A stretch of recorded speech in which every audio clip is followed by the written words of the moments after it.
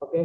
Kameraku burik kan anjir. Oke, terima kasih. Selamat malam buat rekan-rekan semuanya. Perkenalkan, kami dari kelompok SP Apparel akan mempresentasikan tentang produk kami. Sebelumnya, kami akan memperkenalkan diri kami, yaitu ada Yogia Roman, Syaiza Bayu, Emri Famolana, dan juga saya sendiri, Yogianto Pasaribu. Oke, selanjutnya kita akan masuk dalam daftar isi kita pada malam hari ini, yaitu pertama yaitu latar belakang ide usaha, yang kedua dua sasaran utama, segmentasi pasar dan kompetitor, dan yang terakhir kita akan menyimpulkan hasil PPT kami. Oke, yang pertama kita akan masuk dalam latar belakang ide usaha yang dijelaskan oleh saudara Syaiza Bayu. Saya persilakan. Oke, cek. Terdengar suara saya? Aman-aman. Baik. Terima kasih kepada Mas Jepri ya. Di sini saya akan menjelaskan latar belakang ide usaha kami yang bergerak di bidang konveksi. Mengapa kami membuat usaha ini? Karena kami melihat pasar khususnya di daerah kami tempati cukup banyak tim-tim olahraga yang aktif, mulai dari futsal, basket, voli, maupun yang sedang marak sekarang yaitu e-sport. Nah, dari alasan tersebutlah mengapa kami membuat itu, karena pasar di Batam ini cukup besar di bidang olahraga dan juga di bidang e-sportnya. Next. Oke, dan ini adalah visi utama kami, yaitu menjadikan sebuah usaha konveksi yang terkemuka dan terdepan dalam bidang pelayanan jasa. Selanjutnya yaitu misi utama kami, yaitu memberikan solusi layanan dalam pemesanan barang yang mudah diakses dan dijamin berkualitas tinggi, serta memberikan jaminan mutu barang 100%. Selanjutnya akan dijelaskan oleh teman saya. Di sini saya akan menjelaskan tentang target pasar pada umumnya, baik dari luar maupun dalam. Pertama itu ada suatu penjelasan, artinya kumpulan dari beberapa orang yang menjadi target penjualan produk Anda. Pada umumnya memiliki perbedaan pada karakteristik pada konsumen. Yang pertama itu kita bisa lihat, pertama itu mencari dan mempelajari beberapa sampel pada setiap karakteristik seseorang yang berbeda. Nah, setiap orang ini banyak memiliki ciri khasnya masing-masing, terutama ada seseorang yang punya bakat dalam bidang olahraga. Di situ kita tertarik untuk membuatkan suatu pasar atau usaha seperti pada proyek kita ini, yaitu pada SB Apparel dalam sebuah dunia olahraga. Jadi kami ingin rencanakan untuk membuat suatu ketertarikan dengan membuat baju jersey untuk supaya mereka bisa mengambil dan tertarik untuk membeli produk kita. Yang kedua itu adalah sedikit interview beberapa pelanggan Anda. Di sini kita bisa lihat bahwasanya orang-orang sangat peduli dan sangat tertarik dengan dunia e-sport, apalagi sedang maraknya di dunia saat ini kan, seperti permainan game, PUBG, ML, dan bla bla bla. Apalagi dunia futsal kan sudah banyak kan. Yang apalagi yang domain ini futsalnya adalah cowok. Nah, di sini kita sedikit interview bagaimana dari keseharian mereka atau bagaimana dari kualitas apa yang mereka butuhkan. Mungkin dari suatu futsal mereka butuh jersey, jadi kita ingin membuat suatu pemasaran pada pembuatan jersey. Yang ketiga itu membuat data statistik. Nah, itu kita bisa buat suatu data dari awal sampai akhir, gimana konsepnya dari keuangan kita, baik dari turun tingginya pada suatu harga, apakah harga yang kita keluarkan itu bisa mencapai atau bisa tertarik mereka saat mereka ingin beli produk kita. Dan keempat itu adalah menciptakan suatu budaya atau buyer persona. Dan menciptakan buyer persona ini, kita lihat juga budaya mereka. Mereka itu suka pesona itu dalam bidang apa, kan misalnya itu bukan futsal aja kan, jadi kita bisa lihat dari dunia-dunia sport seperti voli kan, mereka itu juga punya budaya masing-masing. Jadi kita bisa bukan hanya pembuatan bidang futsal aja, melainkan bisa membuat suatu jersey dengan produk-produk yang lain. Yang terakhir itu ada menentukan lokasi dan area saya penjualan. Di sini area itu sangat perlu untuk kita mencari ladang usaha, karena dengan area yang sangat strategis kita bisa mendapatkan suatu konsumen dengan ketertarikan kita, bisa mendapatkan suatu konsumen dengan mudah karena rata-rata dengan area strategis itu banyak orang ingin memberikan sesuatu produk kita, yaitu jersey. Pemasaran ini Di era pandemi seringkali kita jumpai kompetitor usaha untuk mengembangkan kualitas di bidang iptek, salah satunya muatan pasar di sosmed. Nah, sekarang ini kan sudah banyak nih dunia-dunia ini kan jualan online kayak Shopee, Tokopedia atau Jersey Bayu kan sekarang kan serba online kan, dengan baik orang ini dengan nge-review produk Bayu ya kan dari jersey-nya kan, jadi kita bisa melihat seberapa bagusnya atau seberapa menariknya produk kita yang dengan memasarkan dari semua konsumen. Target pasar akan dijelaskan oleh Rifan. Oke, terima kasih pada Yogi.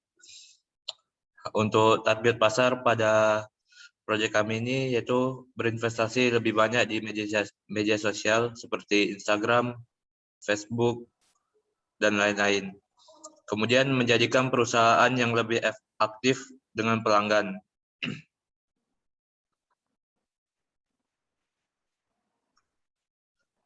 Dan yang terakhir yaitu berkunjung di platform di media sosial lainnya.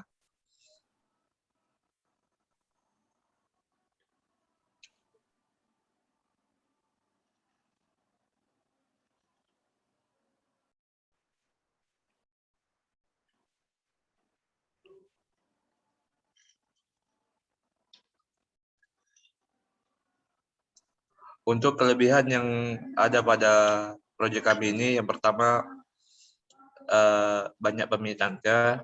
Peminatnya ini bisa dari kalangan muda bahkan sampai dewasa. Untuk harganya itu cukup terjangkau, bisa dibeli oleh semua kalangan. Kemudian media penjualannya itu banyak meliputi Instagram, Facebook, dan lain-lain. Kemudian yang terakhir itu kelebihannya itu berupa produknya itu tahan lama. Untuk kekurangan dari produk kami itu adanya kompetitor. Dengan adanya kompetitor ini membuat kami akan meningkatkan kualitas terhadap produk kami.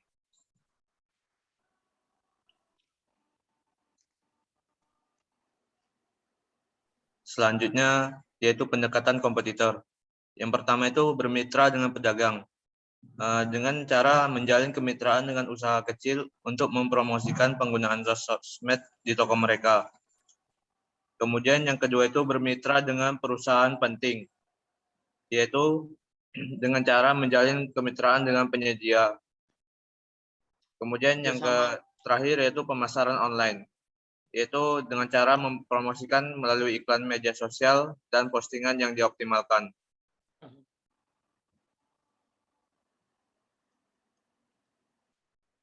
Selanjutnya perumusan masalah yang akan dijelaskan oleh Saudara Jeffrey. Baik, terima kasih kepada Saudara Rifan. Baik, di sini kita akan masuk dalam perumusan masalah yang sering kami permasalahkan. Yang pertama itu dari sasaran pelanggan, kami lebih memfokuskan untuk segmentasi pasarnya itu pada hobi orang yang hobi olahraga dan dengan kisaran usia 15 tahun ke atas. Dan selanjutnya itu yang kedua itu strategi pemasaran platform. Nah, di sini kami lebih memfokuskan untuk satu platform saja, yaitu Instagram, karena untuk platform lain itu harus membayar setidaknya ada kompensasi, terus ada juga pajak dan segala macamnya. Dan yang terakhir itu pemasaran online. Untuk pemasaran ini kami lebih memilih untuk melalui feed Instagram atau menerapkan sistem COD atau cashless. Karena apa?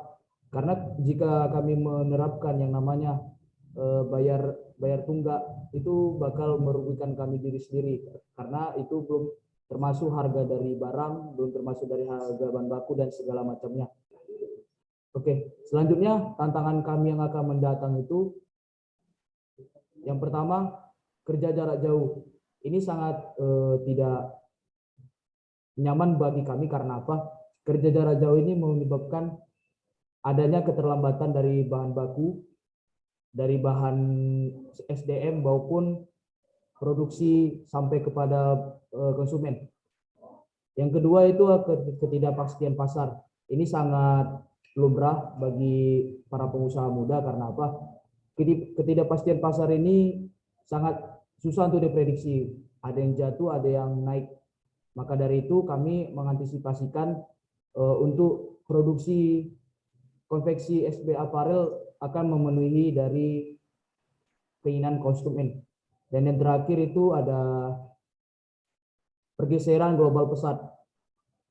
Nah, di sini yang dimaksud pergeseran global pesat itu tergantung dari harga pasar itu sendiri.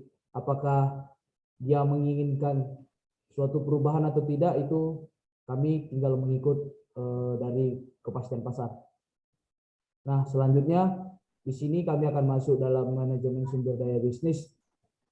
Dari kami yang beranggota 4 orang, di sini kami sudah menentukan apa saja tanggung jawab kami yang sudah kami lakukan. Yang pertama dari JP Pasar Ibu sebagai produksi itu bertugas di media manajerial yang dimana nantinya tugas dan tanggung jawabnya itu lebih cenderung untuk menentukan SDM yang tepat, membuat evaluasi kerja dan pengarahan secara umum tentang produk. Dan yang untuk Rifan yaitu bagian operasional yang dimana tugasnya adalah untuk mengembangkan suatu produk, 5S pada proses dan identifikasi estimasi harga kasar berdasarkan jumlah pelanggan dengan bahan baku yang tersedia. Nah, selanjutnya untuk Syahija itu ada di bagian pemasaran yang dimana nanti dia bertanggung jawab untuk menentukan mitra bisnisnya nanti, membuat suatu konten menarik dan mengembangkan produk di semua platform yang ada. Dan yang terakhir yaitu ada Yogi di bagian keuangan yang sifatnya akan mengatur semua sistem keuangan yang sudah berjalan di SB Apparel. Oke, untuk aspek kelayakan usaha ini sudah terjawab di slide tadi. Ini tergantung dari harga pasar itu sendiri karena kita tidak bisa estimasi berapa omset yang akan dihasilkan, tapi dengan beberapa survei yang sudah kami lakukan, setidaknya kami bisa menghasilkan produk-produk yang bisa membuat pelanggan puas. Oke, untuk sosial media kami bisa menghubungi di WhatsApp itu 081271960985 dan untuk produk-produk kami ada di Instagram yaitu SB_apparel1. Baik, terima kasih atas kesempatan yang sudah diberikan kepada kami. Terlebih salah kata mohon maaf. Saya akhiri dan kami akhiri. Selamat malam. Terima kasih. Terima kasih. Assalamualaikum. Dadah.